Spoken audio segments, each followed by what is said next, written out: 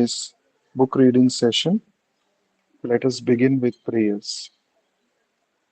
Nama Om Vishnu Padaya Krishna Presthaya Bhutale Srimate Bhakti Vedanta Swami Niti Namine Namaste Saraswate Deve Gauravani Pracharine Nirvishesha Shunyavadi Paschatya Deshatarine जय श्री कृष्ण चैतन्य प्रभु नित्यानंद श्री अद्वैत गदाधर श्रीवासादि गौर भक्त वृंद नमो महावदान्याय कृष्ण प्रेम प्रदायते कृष्णाय कृष्ण चैतन्य नाम्ने गौरत्विषे नमः हरे Krishna Krishna Krishna Hare Hare Hare Ram Ram Ram Hare Hare. Reading from the book Teachings of Lord Chaitanya by His Divine Grace Vishwaguru Abhay Charanaravinda Bhakti Vedanta Swami Srila Prabhupada. Chapter 26 entitled Bhattacharya is converted. For the impersonalist and voidist philosophers, the next world is a world of senseless eternity and bliss. The voidist philosophers want to establish that ultimately everything is senseless, and the impersonalists want to establish that in the next world there is simply knowledge devoid of activity. Thus, less intelligent salvationists try to carry imperfect knowledge into the sphere of perfect spiritual activity. Because the impersonalist experiences material activity as miserable, he wants to establish spiritual life without activity. He has no understanding of the activities of devotional service. Indeed, spiritual activity in devotional service is unintelligible to the voidist philosophers and impersonalists. The Vaishnava philosophers know perfectly well that the Absolute Truth, the Supreme Personality of Godhead, can never be impersonal or void because he possesses innumerable potencies. Through his innumerable potencies, he can present himself in multiple forms and still remain the Absolute Personality, Supreme Personality of Godhead. Thus, despite expanding himself in multiple forms and diffusing his innumerable energies, he can maintain his transcendental position. Thus, Lord Chaitanya exposed many defects in the Mayavadi philosophy, and although Bhattacharya tried to establish himself by logic and word jugglery, Lord Chaitanya was able to maintain himself from his attacks. The Lord established that Vedic literature is meant for three things: understanding our relationship with the Absolute Supreme Personality of Godhead, acting according to that understanding, and achieving the highest perfection of life, love of Godhead. Anyone who tries to prove that the Vedic literatures aim at anything else is of necessity a victim of his own imagination. The Lord then quoted some verses from the Puranas by which he established that Shankaracharya was deputed to teach by the order of the Supreme Personality of Godhead. He quoted a verse from the Padma Purana 62.31 in which it is stated that the Lord ordered Mahadeva, Lord Shiva, to present some imaginary interpretations of Vedic literatures in order to divert people from the actual purpose of the Vedas. By doing so, you will attempt to make them atheists, the Lord said. After that, they can produce more population. It is also stated in Padma Purana 25.9 that Lord Shiva explained to his wife Parvati that in the age of Kali, he would come in the form of a Brahmana to preach an imperfect interpretation of the Vedas known as Mayavadism, which in actuality is but a second edition of atheistic Buddhist philosophy. Bhattacharya was overwhelmed by these explanations of Lord Chaitanya. After hearing Mayavada philosophy explained by Lord Chaitanya, he could not speak. After he remained silent for some time, Lord Chaitanya asked him, "My dear Bhattacharya, don't be confused by this explanation. Please take it from me that the devotional service of the Supreme Lord is the highest perfectional stage of human understanding. Indeed, it is so attractive that even those who are already liberated become devotees by the inconceivable potency of the Supreme Personality of Godhead." There are many such conversions in Vedic literature. For instance, in Srimad Bhagavatam, Canto 1, Chapter 7, verse 10, the famous Atma Rama verse is especially meant for those who are attracted to self realization and liberated from all material attachments. Such liberated impersonalists become attracted to devotional service by the various activities of Lord Krishna. Such are the transcendental qualities of the Supreme Personality of Godhead. Actually, in pure consciousness, the living entity understands himself as the eternal servant of the Supreme Lord. Under the spell of illusion, a person accepts the gross and subtle bodies as his self. Such a conception is the basis of the doctrine of transference. Actually, the part and parcel of the Supreme is not eternally subjected to gross and subtle bodily life. The gross and subtle coverings do not comprise the living entity's eternal form. They can be changed. In other words, the living entity, who is originally pure spirit, can be conditioned by the gross and subtle bodies, and by freeing himself from these gross and subtle conditionings, again attain his situation as pure spirit. Mayavadi philosophers take advantage of this doctrine of transference by saying that the living entity is under the wrong impression when he thinks himself to be part and parcel of the Supreme. They maintain that the living entity is the Supreme himself. This doctrine cannot be tenable. Bhattacharya then asked Lord Chaitanya to explain the famous Atma Rama verse, for he desired to hear it from the Lord himself.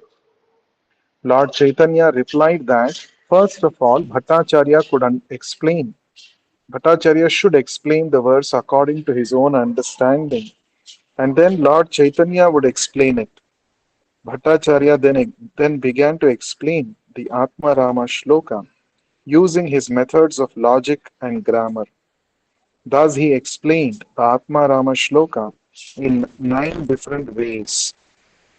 The Lord appreciated his erudite scholarship in explaining the verse and said, "My dear Bhattacharya, I know that you are a representative of the learned scholar Brihaspati and can explain any portion of the Shastras nicely. Yet, your explanation is more or less based on academic education only. Aside from this academic scholarly approach, there is another explanation." Then, at the request of Bhattacharya, Lord Chaitanya explained the Atma Rama shloka. The words of the verse were analyzed thus: 1. Atma Ramaha. 2. Cha. 3. Munayaha. 4. Nirgranthaha. 5. Rukme. 7. Kurvanti. 8. Ahaitukim. 9. Bhaktim. 10. Itham Bhuta Gunaha. 11. Harihi. This verse has already been explained in the Lord's teachings to Sanatana Goswami. Lord Chaitanya did not mention the 9 different explanations of Bhattacharya, but he did explain the verse by analyzing these 11 words. In this way, he expounded 61 different explanations of the verse. In summary, he said that the Supreme Personality of Godhead is full of innumerable potencies. No one can estimate no one can estimate how many transcendental qualities he possesses. His qualities are always inconceivable, and all processes of self realization inquire into the potencies, energies, and qualities of the Supreme Personality of Godhead. However, the devotees of the Lord immediately accept the inconceivable position of the Lord. Lord Chaitanya explained that even great liberated souls like the Kumaras and Shukadev Goswami were also attracted to the transcendental qualities of the Supreme Lord. Bhattacharya appreciated Lord Chaitanya's explanation and he concluded that Lord Chaitanya was none other than Krishna himself. Bhattacharya then began to deprecate his own position, relating that he had at first considered Lord Chaitanya to be an ordinary human being and therefore committed an offense. He then fell down at the lotus feet of Lord Chaitanya, deprecating himself, and requested the Lord to show his causeless mercy upon him. Lord Chaitanya appreciated the humility of this great scholar and therefore exhibited his own form, first with 4 hands and then with 6 hands, Shadbhuja. Sarvabhauma Bhattacharya then repeatedly fell down at the Lord's lotus feet and composed various prayers to him. He was undoubtedly a great scholar, and after receiving the causeless mercy of the Lord, he was empowered to explain the Lord's activities in different ways. Indeed, he was able to explain the method of chanting Hare Krishna, Krishna Krishna, Hare Hare, Hare Rama, Rama Rama, Hare Hare. It is said that Sarvabhauma Bhattacharya composed 100 verses in appreciation of the Lord's activities, and that those verses were so great that they could not even be surpassed by Brihaspati, the greatest learned scholar in the heavenly planets. The Lord was very pleased to hear these 100 verses and he embraced Bhattacharya. Bhattacharya became overwhelmed with ecstasy by the Lord's touch and he practically fell unconscious. He cried, trembled, shivered, and perspired, and sometimes he danced and sang and fell at the lotus feet of the Lord Chaitanya. Bhattacharya's brother in law, Gopinatha Acharya, and the devotees of the Lord were surprised to see the Bhattacharya transformed into a great devotee. Gopinath Acharya then began to thank the Lord. It is by your grace only that Bhattacharya has been transformed from his stone like position into such a devotee. Lord Chaitanya then replied to Gopinath Acharya that it was due to a devotee's favor that a stone like man could be transformed into a mild, flower like devotee. Actually, Gopinath Acharya had sincerely wished that his brother in law Bhattacharya would become a devotee of the Lord. He had sincerely desired that the Lord favor Bhattacharya, and he was glad to see that his desire was fulfilled by Lord Chaitanya. In other words, a devotee of the Lord is more merciful than the Lord himself. When a devotee desires to show his mercy to a person, the Lord acts, and by his grace, one becomes a devotee. Lord Chaitanya pacified Bhattacharya and asked him to go home. Bhattacharya again began to praise the Lord and said, "You have descended yourself to deliver all the fallen souls of this material world. Such an undertaking is not very difficult for you, but you have turned a stone hearted man like me into a devotee, and that is very wonderful indeed.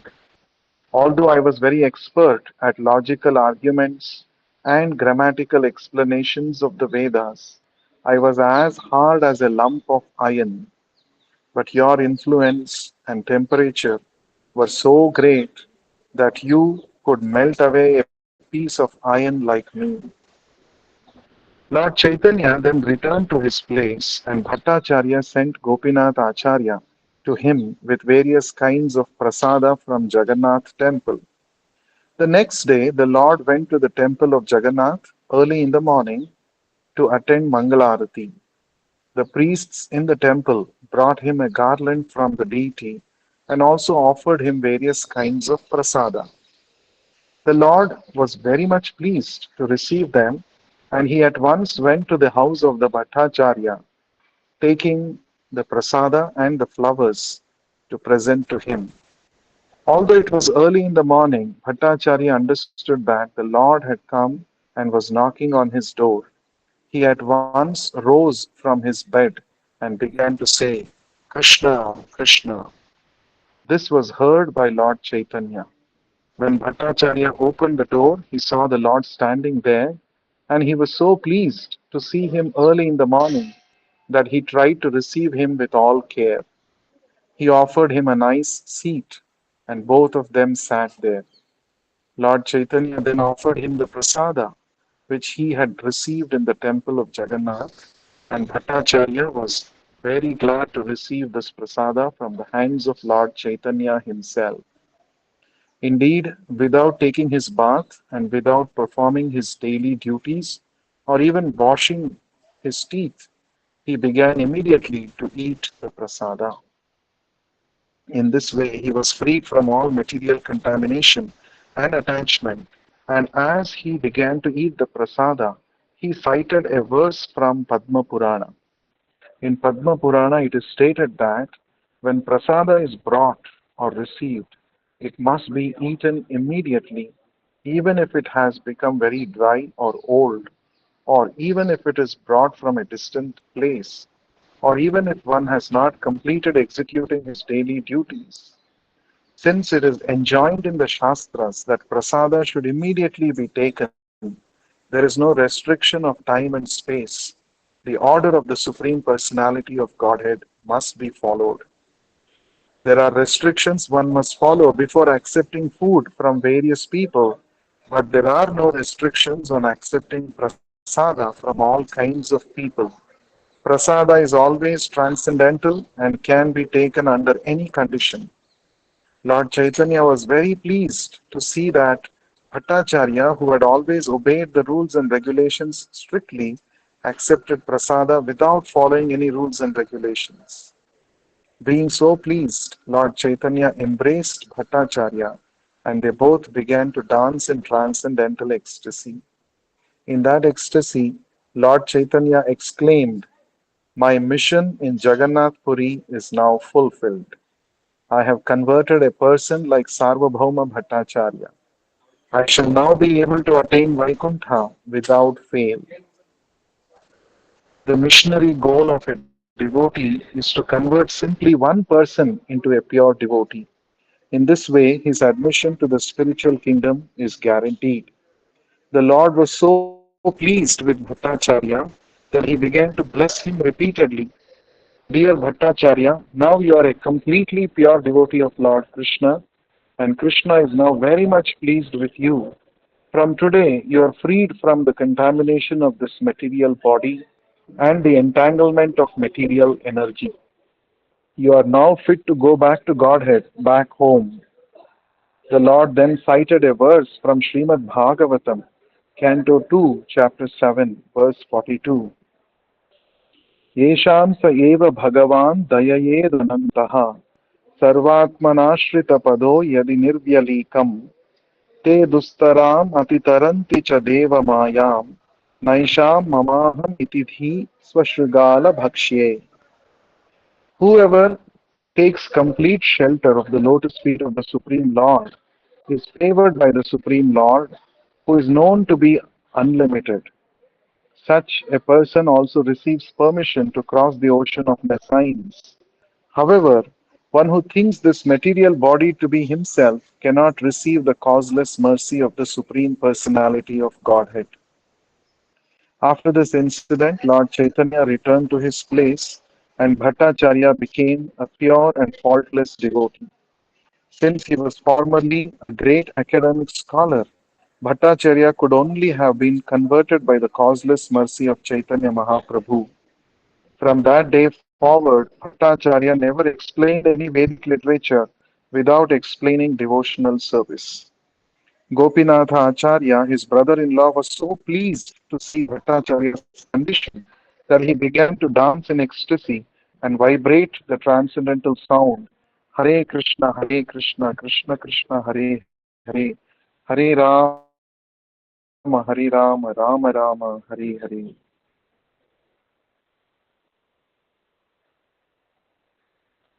So,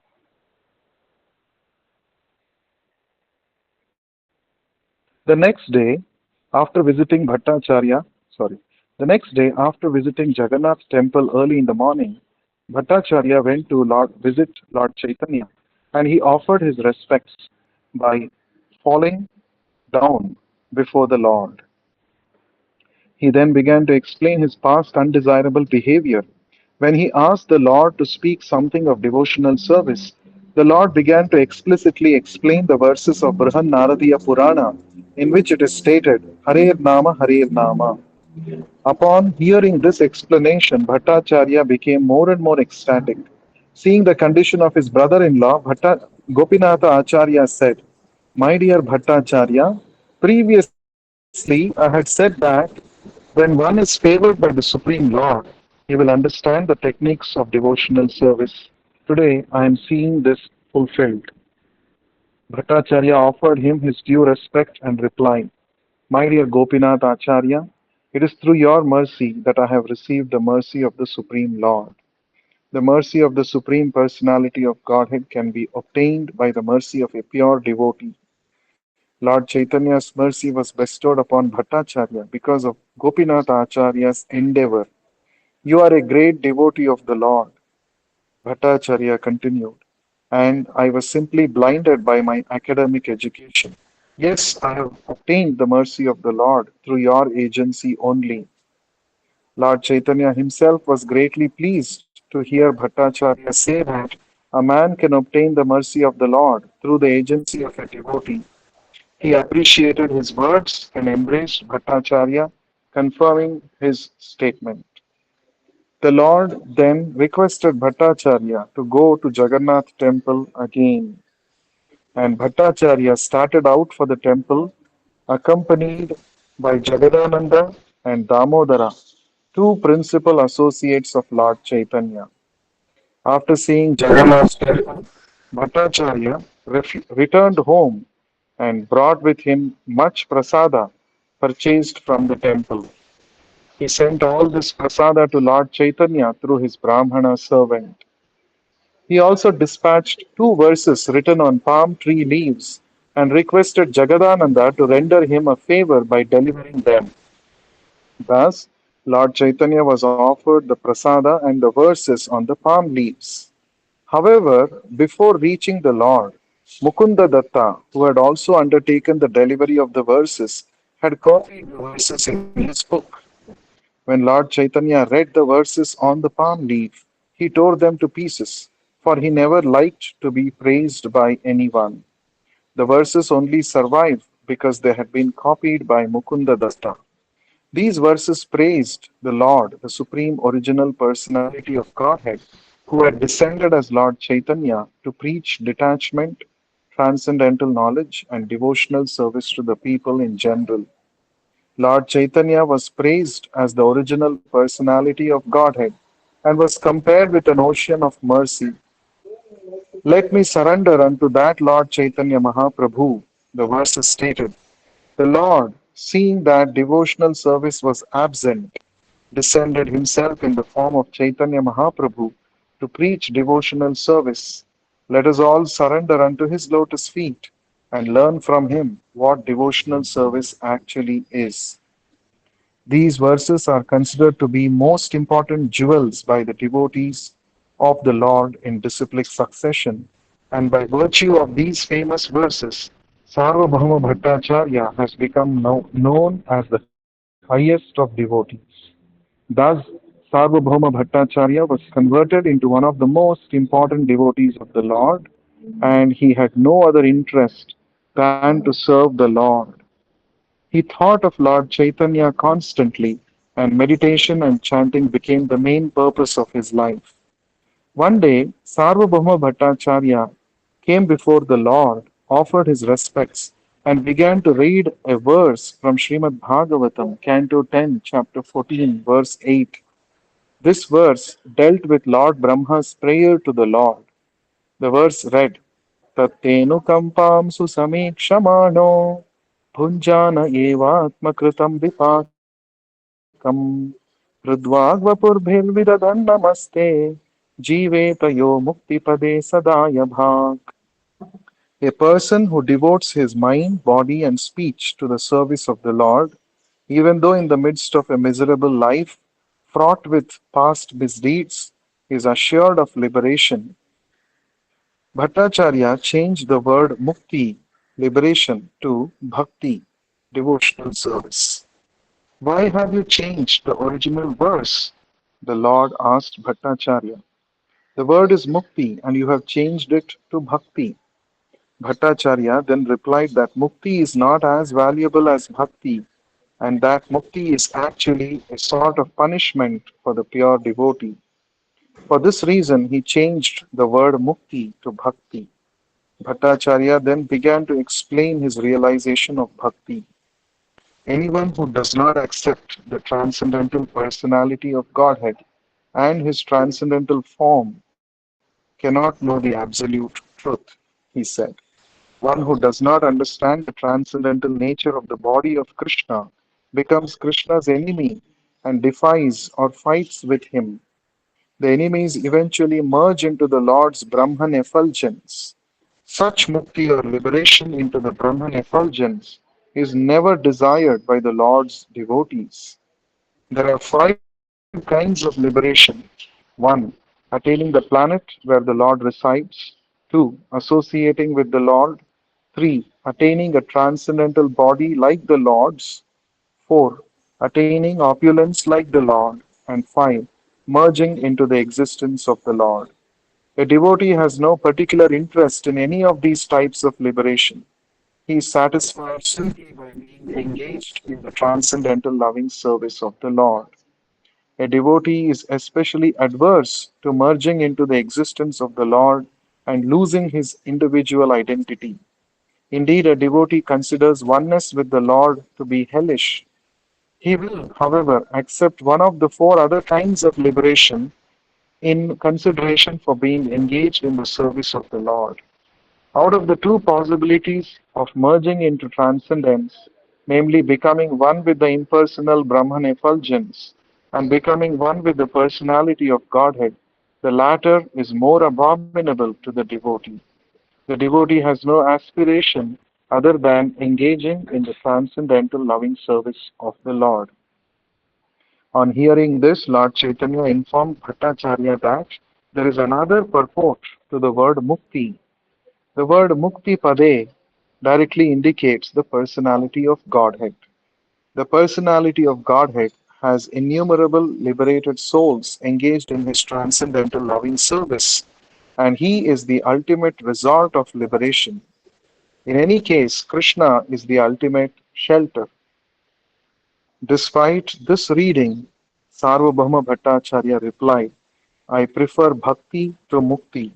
Although according to you there are two meanings to the word mukti, still because this word is equivocal, I prefer bhakti to mukti because when one hears the word mukti, he immediately thinks of becoming one with the Supreme. I therefore even hate to utter the word mukti. However, I am very enthusiastic to speak of bhakti. Lord Chaitanya laughed very loudly at this and embraced Bhattacharya with great love. Thus, Bhattacharya, who had taken pleasure in explaining Mayavadi philosophy, became such a staunch devotee that he even hated to utter the word mukti. This is only possible by the causeless mercy of the Lord Sri Chaitanya. The Lord is like a touchstone, for by his grace he can turn iron into gold. After his conversion, everyone marked a great change in Bhattacharya, and they concluded that this change was made possible only by the inconceivable power of Lord Chaitanya. Thus, they took it for granted that Lord Chaitanya was none other than Lord Krishna himself. Thus ends the chapter 26 of Teachings of Lord Chaitanya, entitled Bhattacharya is Converted. With this, we come to the end of today's session.